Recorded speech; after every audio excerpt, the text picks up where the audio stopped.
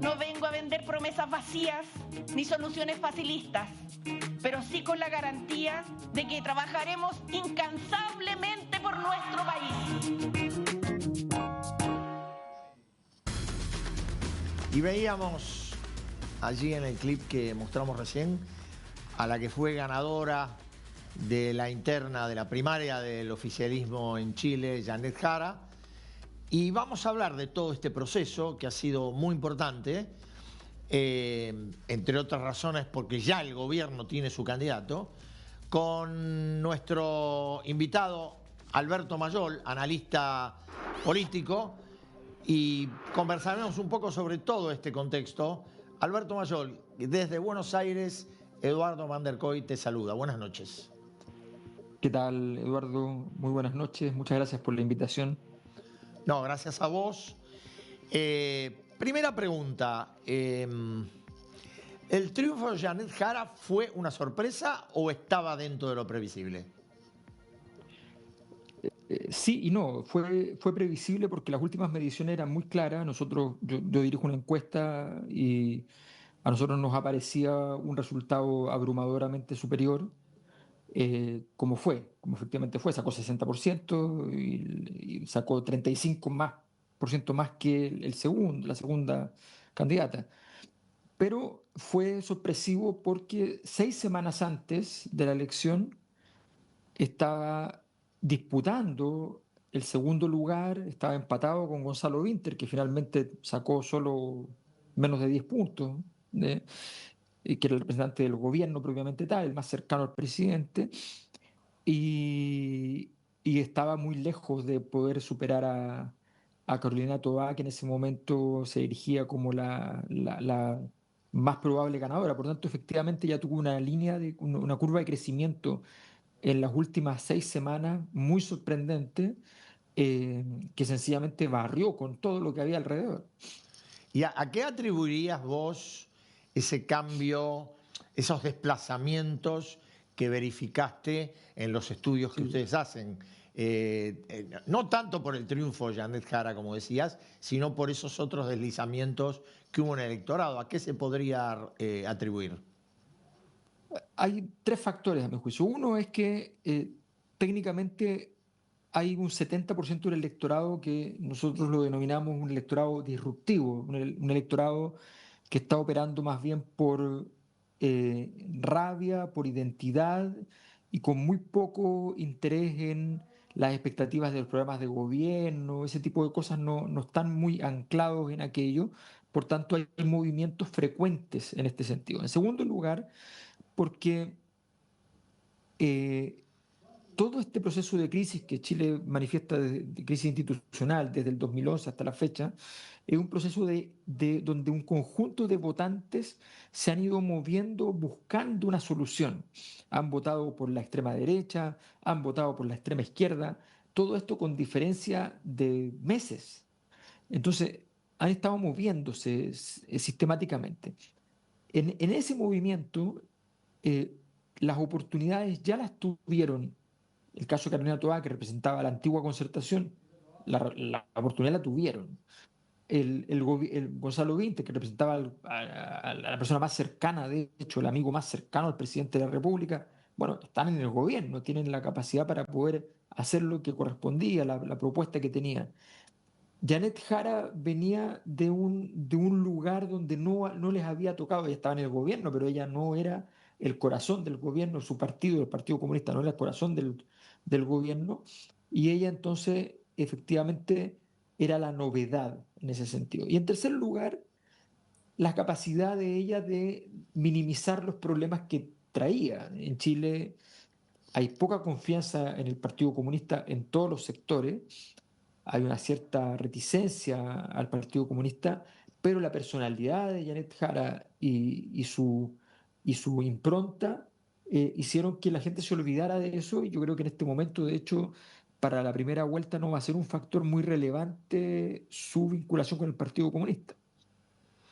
Ahora, tomando un poco el análisis que hacías, muy, muy interesante, se me ocurría que en Chile se está dando, esto de los movimientos electorales, una, digamos, una forma de expresarse disruptiva por izquierda cuando en otros países se da por derecha. Sí, sí, tal cual. Mira, yo he trabajado mucho ese tema, a tal punto que escribí un libro sobre Javier Milei, de hecho, Ah, mira. porque justamente lo voy a decir del siguiente modo. Nosotros en Chile tuvimos un estallido social en el 2019 y la mayor parte de la población cree que los estallidos sociales solo pueden ocurrir a manera de una gran protesta. Y no es así. A veces un estallido social es un presidente inesperado. Javier Milei evidentemente fue un estallido social en Argentina. No Ujú. tenía ninguna lógica. Una persona que había criticado a Maradona, a Papa Francisco y que estaba a favor de Margaret Thatcher, que gane en Argentina es una excentricidad, ¿no? Entonces, y cuando pasan las excentricidades hay que ponerle atención. En este caso, en un país como Chile, que nuestra gran tradición institucionalista es una tradición de derecha, una tradición que combinó la derecha del siglo XIX con la derecha del siglo XX, pero allí es donde se produce y donde el comunismo en general, siempre ha habido un partido comunista con importancia, pero no grande.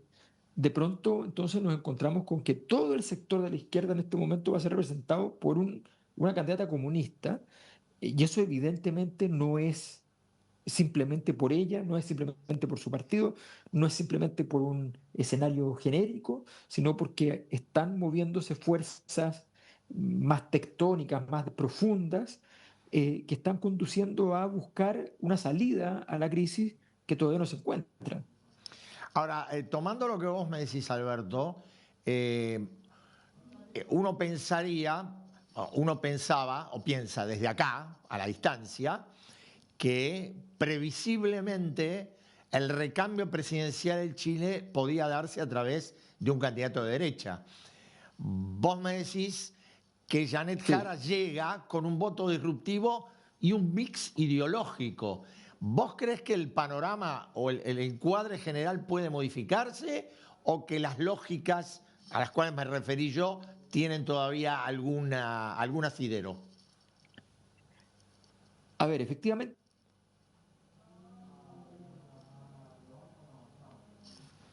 Chile fue un clima muy fuerte de izquierda desde el 2011 hasta el 2021, llegando al 2022, ¿ok?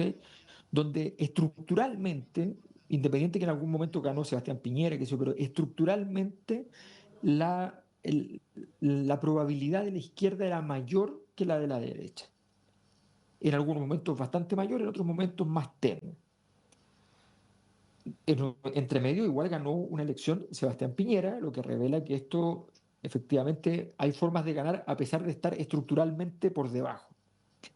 Desde el 2022, con el gran fracaso de la Convención Constitucional chilena que lideraba a la izquierda y que no supieron hacer una propuesta que concitara consenso, y más aún hicieron una propuesta que ofendió en gran medida a parte importante del país que los estaba apoyando, en ese proceso lo que termina por ocurrir es que se gira y estructuralmente desde entonces la derecha, para decirlo en simple, tiene un potencial de voto del 60%, incluso un poco más. O sea, tiene un potencial muy grande de votación inusual para la derecha en Chile. Pues bien, sin embargo, a pesar de esa condición estructural, si uno mira hoy día, hoy, o sea, si yo miro hace 3 semanas atrás, que fue el último resultado que tenemos, Janet Jara en una segunda vuelta contra el que sería hoy día en segunda vuelta en el balotaje el candidato de la derecha, que es José Antonio Cast, estaba solo a 2 puntos de ese candidato. O sea, podría disputarle. Hoy día, después del fenómeno de haber ganado como ganó en la primaria y con mucha prensa y con mucha energía, lo más probable es que en este momento, si medimos, voy a salir a medir ahora, de hecho, mañana empezamos a medir, probablemente nos vamos a encontrar con una situación de empate o incluso con una Jara un poco por encima. O sea, esa es la magnitud del fenómeno. Está ocurriendo estructuralmente que la derecha tiene todo para ganarlo, pero podría ocurrir, bajo ciertas condiciones, que una candidatura como la de Janet Jara, provista de mucho carisma por lo demás, pudiera tener alguna posibilidad. Alberto, te agradezco muchísimo que hayas participado esta noche con nosotros acá en DNews. Interesantísimo tu informe y nos estamos viendo. Gracias.